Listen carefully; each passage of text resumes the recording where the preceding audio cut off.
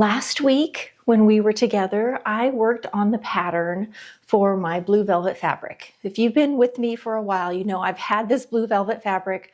I was going to make my, my vintage Poirette cocoon coat out of it. I didn't have enough. I thought I ordered 5 yards. I think I have 3. It's been a saga. So I've had this sort of bright royal blue velvet that's very beautiful, that I love, that I've been looking for a project for. In the end, I decided to draft my own pattern, which I did last week. So if you haven't seen that, it'll be linked below. The title card looks like this.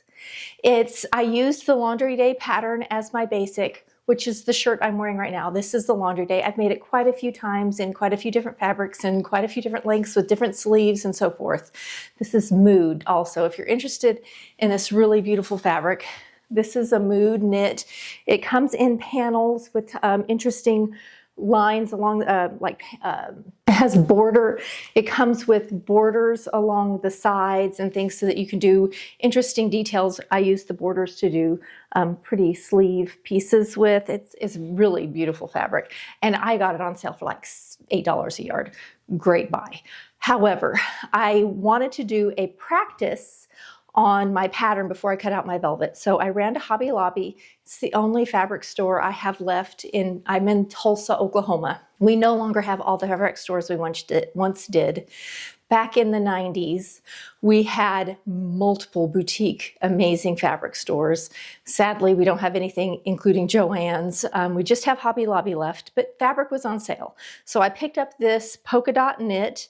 I actually have a black and white raglan t-shirt that is made out of this. I have the white with black polka dot sleeves, and then the body is the black with the white polka dot. So I've actually sewn with this before. It's a creped knit, and I like it fine, and it'll make a great dress. So this is going to be my practice dress. But let me show you. We're going to do a real fast haul. Because fabric was on sale, I picked up 2 more things that I have no idea. Now, you all know, if you've been with me very much, I'm really trying to sew up my stash. And I really was hoping to have something in my stash to sew up for my practice, but everything I had was not appropriate for this project. It was really not the right thing. And I ended up buying this stunning, sparkly, look at this. It's like holographic pink. It's a knitted netting. I hope it's showing up in the camera as gorgeous as it is. Isn't that stunning? It's a little bit wider. This one is the actual field with the sequins, not including, it's 50 inches wide, so not bad.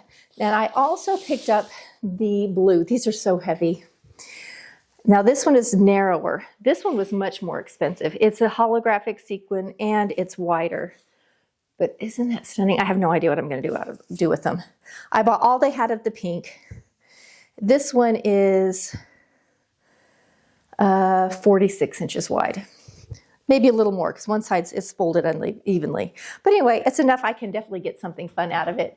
I don't know what, but it's gorgeous. And so going into my stash, I actually have tons of ideas. My husband has no idea. He was like, what on earth are you going to do with that? We don't go places. It's just like my beautiful coat that's hanging over here. I don't go out a lot where we need things like that. We don't live like that so much.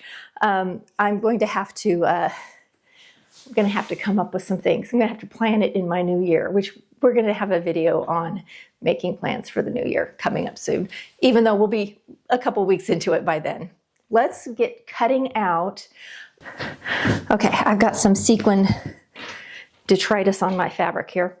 Whew, my leg was not centered. I leaned and it went whoop. I'm going to just cut everything out. I'm not going to do a lot of sewing tutorial in this. I really am doing, this is for fit of the pattern. So for this video, I'm really going to cut out and put this together and then show you how it fits, things that I think I might be tweaking on the pattern before I go to velvet. So I'm going to go ahead and just get cutting, putting it together. I'm hoping everything's great for the velvet. So I'm just going to get to cutting and sewing, and then we're going to come back and try it on and see what we think and see what we need to tweak. I will say that last week I mentioned that after putting the whole thing together, I really felt like I needed to add 2 inches in the length of the skirt pieces just to give myself a little extra. I really want them to end right at the knee, and they were just a little bit short, so I added 2.5 inches just to give myself even a little extra. So hopefully that's going to be perfect, and we're ready to cut. So on to cutting. I do have my pocket templates here too. Because this came from the laundry day, which is a t-shirt. It doesn't have pockets in it, but I'm going to want pockets. So I've got all my handmade pocket templates here. So I'm going to just choose a pocket template to add to my skirt or portion of my project. Sometimes I just freehand draw out a template. I am looking at my fabric before I ever start. I seldom work with the fold they give me because sometimes it's permanent and you'll always see that line. I often refold so that you don't end up with that line right down the front. Okay, so I am laying out. I've got my skirt back. I was going to refold it, but the skirt back's just wide enough that I have to leave it the way it is. Skirt front, so I'm going to get both skirts cut. Then I am going to refold it. Most likely to do my bodice fronts and backs, my sleeve and my sleeve flounce. So we're going to get these 2 cut out and then move on.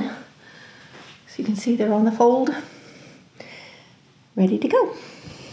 Oh, got my 2 sleeves, got my front and back on the fold, have my 2 flounces, and it's a pretty big pocket. I may slim down that pocket a little bit, but I've got a pocket. I'm probably going to slide it over. I don't know. But anyway, here's the last of the bits. Still have some fabric left. I did get 3 yards of fabric and I didn't need the full 3. I have not yet cut out my binding, which is a 2-inch strip, so I will still have to just draft my 2-inch strip for my neck binding. I'm all cut out. I'm gonna head over to the sewing machine. I'm gonna whip this up. I may not even finish the hems because this is really for today to make sure the fit is good in the pattern so I can work on my velvet. I will eventually finish hems. We'll see where I am today. We'll see if I'm like, oh, I love this so much, I'm gonna finish it. We'll find out. I'm gonna go whip it up real quick. I'm not even gonna do probably much on the sewing for you today. I'm gonna do all of that in the velvet. Take 2 for filming this. I'm filming this the second time. The first time I filmed it with all the lights on because it's so overcast. Went to edit it and it looked so terrible. The natural light's just the way to go, even if I have some pretty dramatic shadows. So let me step back and show you the dress. We're gonna have to give the camera a minute to catch up because of the lighting. Okay, so I did put in a pocket right here.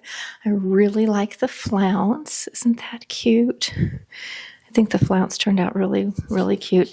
It has gathers just in the front here.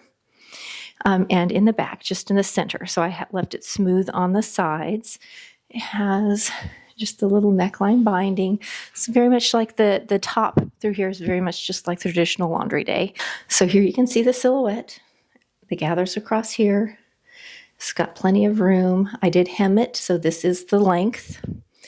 Turn to the sides, so you can see it's a little bit longer in the back than the front. This is me flat-footed on a good back day. As a rule, because I have such a bad back, as the day goes, I tend to stoop a little bit. And that's just because my back is I have such a bad back. I have such a poorly back, as my grandma would say. So I am often in a quandary as what to do with my hemlines. I often do a high-low just because it handles it. It looks intentional when I'm standing straight, and if I start to dip, it's not too short in the back. So right now, it's a little long.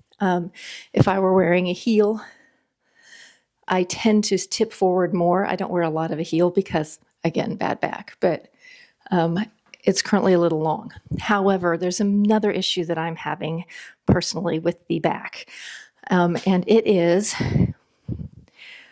this line sits too close to my full hip, and the gathers pretty much sit directly on top of it. So when I walk, it accentuates it more, and it just shows, it's more of a shelf. If the waistline of the bodice is a little bit higher, then the gathers hang more smoothly instead of sitting on top of that full hip. And I think that's a lot more attractive. So I think bodice in the back. So I need to, from this line, come around and so that it's shorter. And I will show in next week's video how I shorten it. I'm after looking at the film in the video, I'm seeing some other things, and I actually did a little editing, a little video over while editing. So I'm going to put that in right here. Okay, editing Stacy here. I am looking at those final shots that I took explaining to you the alterations that I was thinking about making in the bodice. And after looking at them on film, which was really helpful because I could see the garment movement, it was just actually helpful to me. I am going to in the front and back, change the bodice slightly. So the very center front of the bodice is going to stay the same. I'm going to take off 1 inch from the side. So the front will be the same. It'll slowly be taken off as I go to the side seam. And then from the back, it'll be 1 inch at the side seam and then about an inch, moving to 1.5 inches at the back.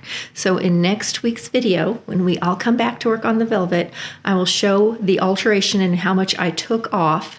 I am considering everything I take off the bodice adding back to the skirt so that the skirt still hangs properly. Now I have noticed I have problems with posture because I have a very bad back. And the longer I stand, the later in the day, the more I stoop because I have such a severe back issues.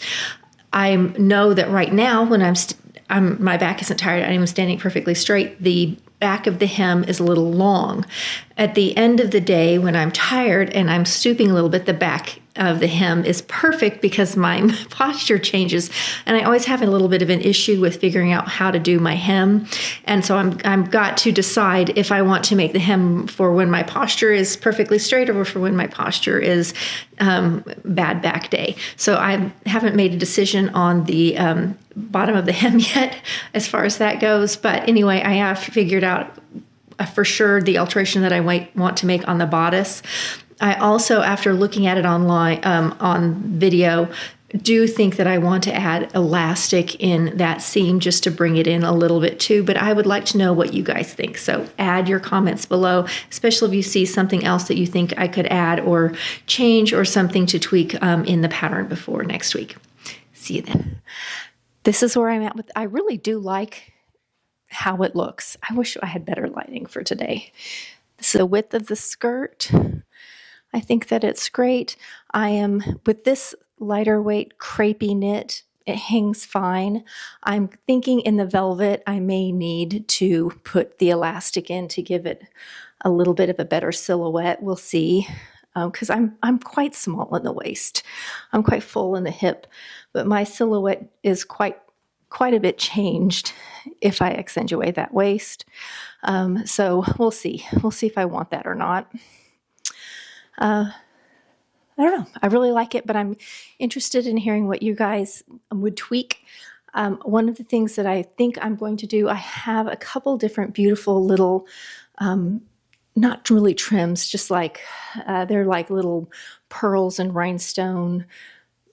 I don't know. They're like beads that I'm thinking about adding to my velvet. We'll see if they look elegant or gaudy. That'll be next week. So I'm going to read your comments for the first 2 days after this goes up because I'm going to work on my next week's video pretty quickly. I'm going to go ahead and start editing the video ASAP, but I'm going to wait to cut out until I get a few more comments from you guys to see if you have any great suggestions that I think I need to do before cutting the velvet. But next week, velvet will be sewn. I'm excited to share it with you. I'm excited to wear it. I really like this one. I will be wearing this a lot. This is it's easy to wear because this is a poly crepe knit, machine wash and dry, just as easy as can be to wear. So, and honestly, the velvet's similar. I would just be careful with it in the dryer, but it's a poly, so easy, actually pretty easy care. Unless I stick a bunch of beads on it, then that throws all that out the window. Well, leave me your comments and tell me what you think, and I will see you next week for another fun video.